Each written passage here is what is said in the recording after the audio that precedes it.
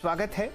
Nifty अब 295 अंक नीचे है 17,237 पर और आपके सामने बैंक निफ्टी में 800 अंक का कट लग चुका है। सेंसेक्स में 1000 अंक का कट आपके सामने आता हुआ दिखेगा स्क्रीन पर और 555 अंक नीचे है निफ्टी का मिड कैप इंडेक्स। चौतरफा यहां पर मायूसी दिसंबर के एक्सपायरी के पहले दिन और आप इस शो का लुत्फ उठाते हुए दिख रहे हैं सीएनबी सेवास और एबिक्स कैश के इस खूबसूरत स्टूडियोज में। हमारे साथ मानस जायसवाल साहब जुड़ चुके हैं और चर्चा उनसे करते हैं। मानस जी, कोई ऐसा लेवल निफ्टी पर जहां पर आप एक ऑप्शन ट्रेड लॉन्ग साइड पर सजेस्ट करेंगे या ये सवाल फिलहाल एंटरटेन ही नहीं करना चाहिए?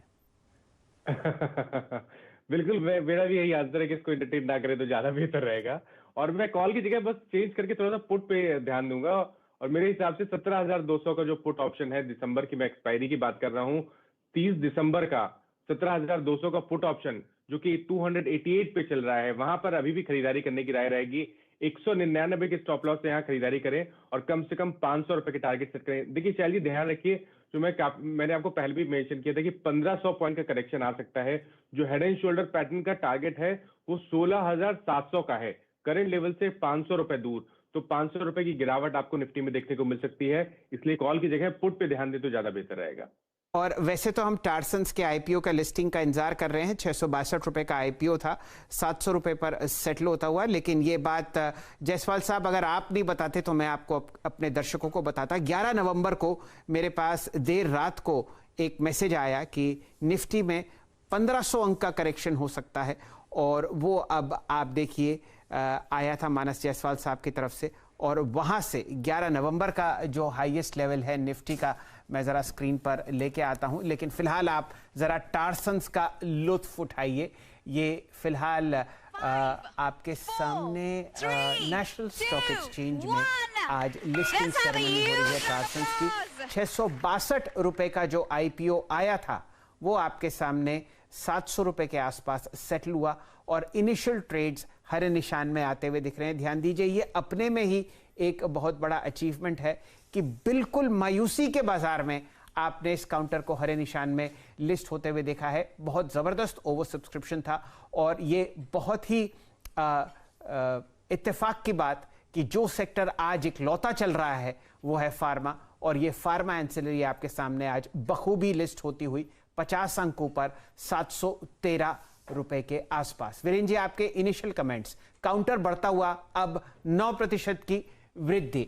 आशीष माहेश्वरी साहब हमारे साथ जुड़ चुके हैं। आशीष जी, आपकी तरफ की कंपनी है, बताइए क्या कीजिएगा? देखिए, कंपनी फंडामेंटली काफी अच्छा काम कर रही है।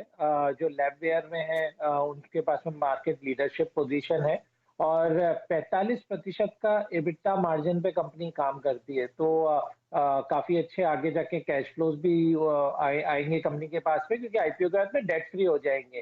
तो मेरी तो इनफैक्ट स्टॉक में आईपीओ के टाइम भी अप्लाई करने की सलाह थी और मेरा मानना है क्योंकि आज बाजार में गिरावट है, नहीं तो ये इसकी जो लिस्टिंग उम्मीद कर रहे थे करीब 850 रुपए के ऊपर ये लिस्ट होना चाहिए था। तो गिरावट में क्योंकि आज थोड़ा सा बाजार खराब है तो मेरी स्टॉक में निवेश की सलाह रहेगी। मेरा मानना है कि वैल्यूएशन काफी अट्रैक्टिव है और जैसे ही एक थोड़ा पैनिक का दौर खत्म होता है तो दोबारा आप इस स्टॉक को 850-900 रुपए का लेवल भी अगले कुछ दिनों में देख पाएंगे। आशीष जी, जैसे जैसे आप बात कर रहे हैं, देखिए यहाँ पर खरीदारी बढ़ती हुई और आपने आस्था जी को सुबह सुबह राय देती हुई दिखी थी कि 25% ऊपर वो उम्मीद करती हैं लिस्ट होने की और यही राय आप देखिए आपको आती हुई दिख रही है आशीष माहेश्वरी साहब की तरफ से। डिप यहाँ पर जो इनिशियली आया सिर्फ 5% ऊपर लिस्ट हुआ, अब देखिए वहां पर यह काउंटर दौड़ता हुआ। आशीष जी, दो बातें ऐसी क्या जो आपको टारसन्स के आईपीओ में पसंद आती हुई दिखती हैं? लैब प्रोडक्ट्स और कंज्यूमेबल्स बनाती है ये कंपनी जो कि प्लास्टिक में है। आशीष जी, देखिए, एक तो हेल्थ केयर सेगमेंट में जो इंडिया एक नया हब बन गया है प्रोडक्शन का, तो जब तक आप देखिए इनफैक्ट जितनी भी फार्मा कंपनीज है सभी ने अपने एक्सपेंशन लिए हुए हैं। तो जितना फार्मा में ग्रोथ होगा उसका डायरेक्ट बेनिफिट मिलने वाला है टारसन्स को। पहली बात तो ये, क्योंकि एंड यूजर में।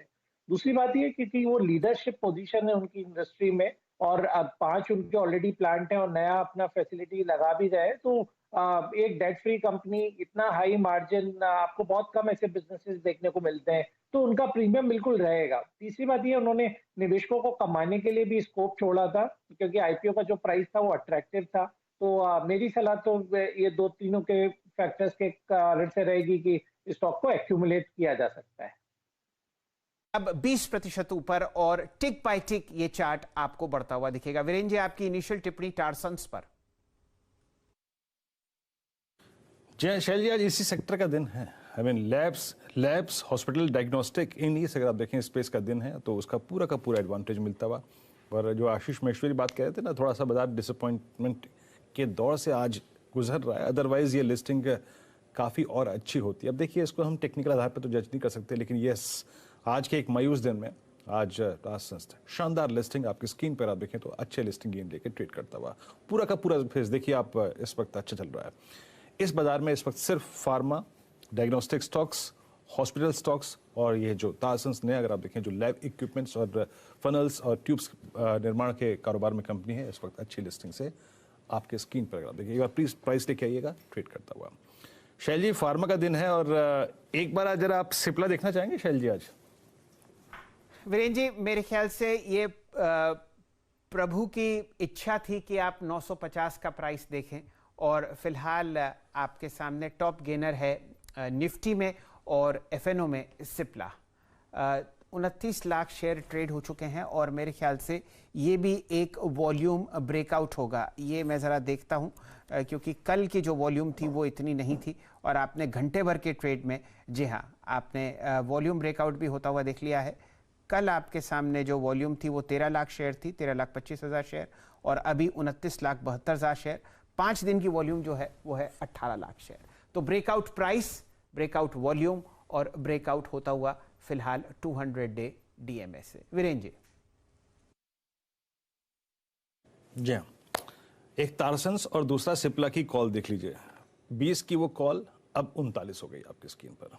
20 रुपए की कॉल 39 हो गई स्क्रीन पर। और एक मोमेंट भी ऐसा नहीं था कि बॉस ये सिंक होगा, ना, एक मोमेंट भी ऐसा नहीं था। 20 की अब कॉल वो हो गई आपकी स्क्रीन पर 40 रुपए।